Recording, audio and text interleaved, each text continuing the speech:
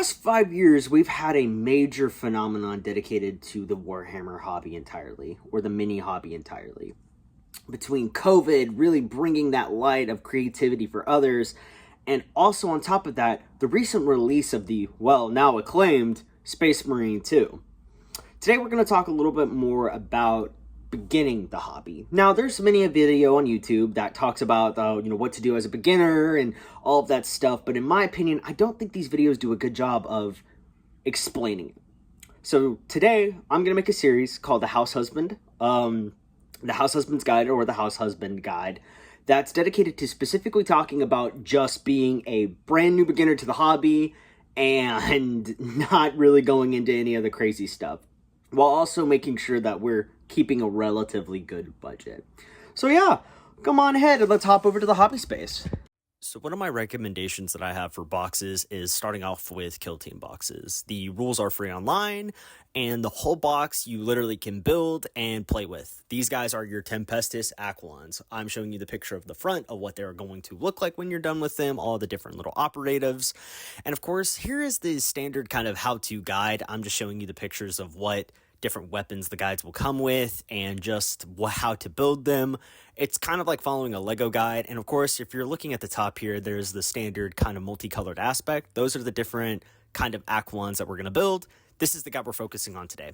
Step 1 through 5, very easy, very simple.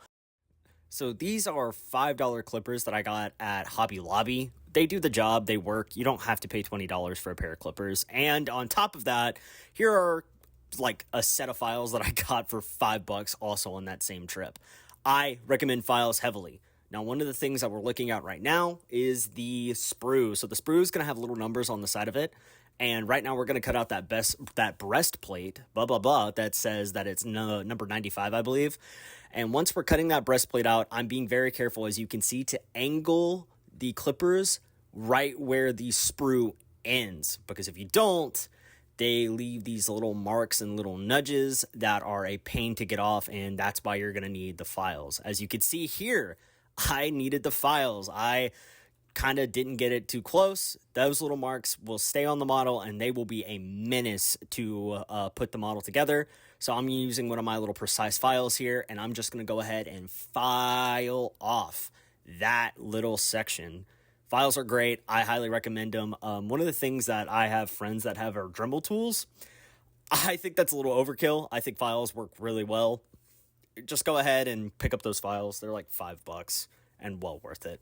So the next thing I want to talk about is the glue. This is the Loctite Ultra Gel Super Glue. This stuff is great. I cannot say more about it. It's cheap. It works. I think it's $4.37 at a Walmart or a Target or even a craft store, whereas I think the Citadel glue for way less volume is about $6 to $7. And with the super glue that you could get from Citadel, it's actually a lot like a liquid cement, which means it fuses the models together, which can kind of cause a lot more kind of problems with, if you're like me, fiddling around with a leg, it'll dry quicker and kind of ruin the model and really get this erosion / dry, dusty material. And of course, on top of that, once it stays. As you can see, I'm going back and doing a filing. Now, one of the things that the recent kits that GW is making is giving you little lips in certain areas where it can fit flush within the model, which is one of my favorite things on the planet. And as you can see with the jetpack, I immediately pushed it in, solved it. It was good to go. And now one of the things that we're looking at as well is basically the gluing aspect. I was able to put a little Loctite on there, stick that guy right on the base, and hold him, and he stayed. Now, skipping to outside and priming our models, I am using standard flat white Rust-Oleum. This stuff works really well, as you can see. I'm holding the can about 6 inches away from the model and just going left to right and doing really good coating. If you're brand new to the hobby, I wouldn't necessarily recommend using the white Rust-Oleum. I would recommend using the black. It helps a lot more, and it's not necessarily as much of a ugly thing. If you're not careful, you'll get bubbles and kind of this disgusting looking stuff, especially on a hot and humid day like today was. And thankfully, our guy does not have that. All right, what you see here are the supplies that we're going to be using today.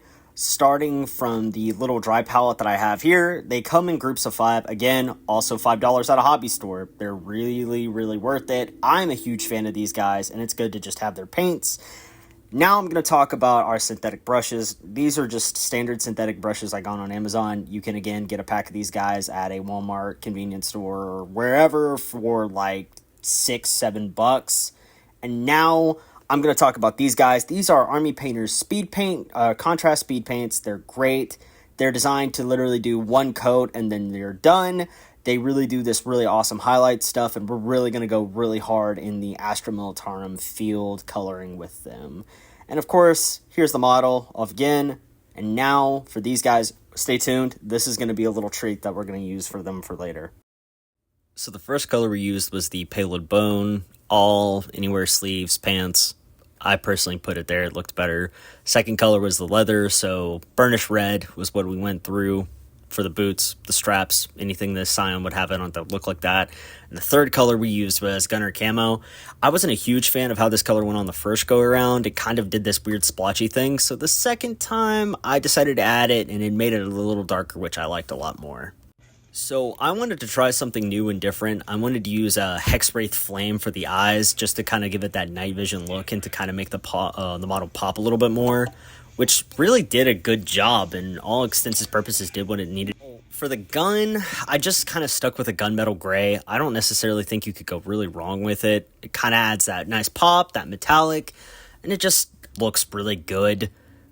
Honestly, metallic metals, they do a good job, especially Vallejo's line. I would recommend doing that just because it makes the paint look good, and yeah, the model looks good in exchange.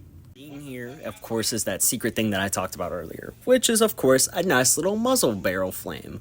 Now, I decided to kind of thin down the paints a little bit here, just using water and the paint itself, and to kind of spread it across the barrel to give it that nice equal heat treat, and it looked really good. All right, there's the Mini, finished up and battle and tabletop ready.